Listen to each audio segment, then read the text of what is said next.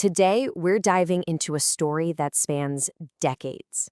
It's a fight over land, over legacy, and really over the future. And this whole explainer, it's based on the incredible first-person testimony of a man displaced from his home in the Valikamam North region of Sri Lanka. It all kicks off with one single, really staggering number: 35. Just let that sink in for a second. That's the number at the very heart of this story. For more than 3 decades, thousands of families haven't been able to go home. I mean, can you imagine? That is an incredible amount of time to be living in limbo, just waiting. And this isn't just some abstract number, It's a human reality.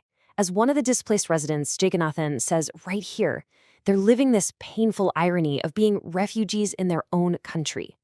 This quote, wow, it just cuts right to the heart of the injustice they feel. So, the big question is why? Why can't they go home? Well, that brings us right to the core of the conflict. It's a clash between two totally different visions for what this land should be. You see, it really boils down to two views that just can't seem to coexist. On one side, you have over 6,000 families who see this land as their ancestral home. It's their history, their livelihood. But on the other side, the official reason they can't go back is that the very same land is needed to expand the Pal Pali International Airport. It's a head-on collision between heritage and so-called progress. But here's where it gets really complicated. According to the testimony we're looking at, this isn't some simple debate about development. No, there's a really serious allegation at the center of it all, that the whole justification for the airport is built on a lie. The speaker, Jagannathan, he basically alleges that there's a misinformation campaign going on. He's claiming that officials are actively and systematically feeding false information to their superiors to make taking this land seem, totally necessary and like it's no big deal. And according to him, this whole deception follows a pretty clear 3-step playbook.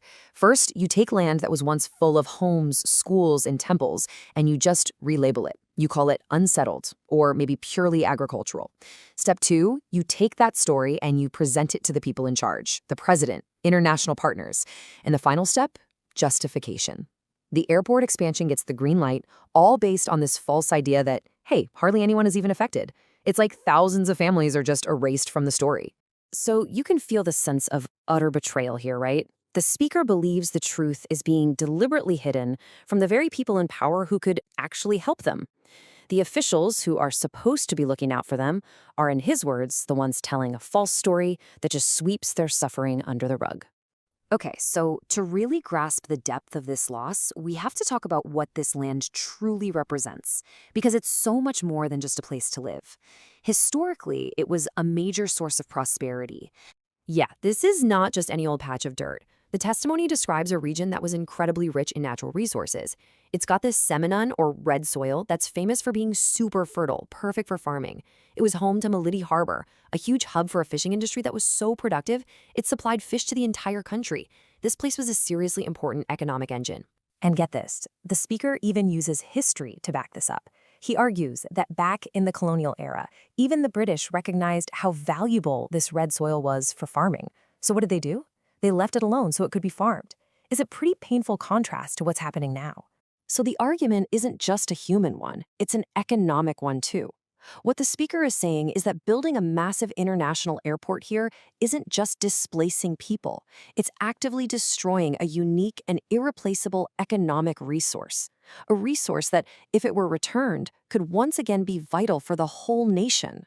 And all of this, the displacement, the alleged lies, the loss of livelihood, it's all led to this profound, unresolved human cost that just keeps rippling through the community, even after 35 years. And the consequences are just so deeply personal.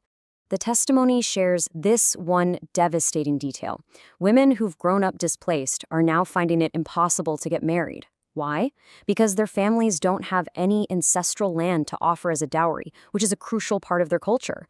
I mean, that's the kind of generational damage that happens when people are made landless.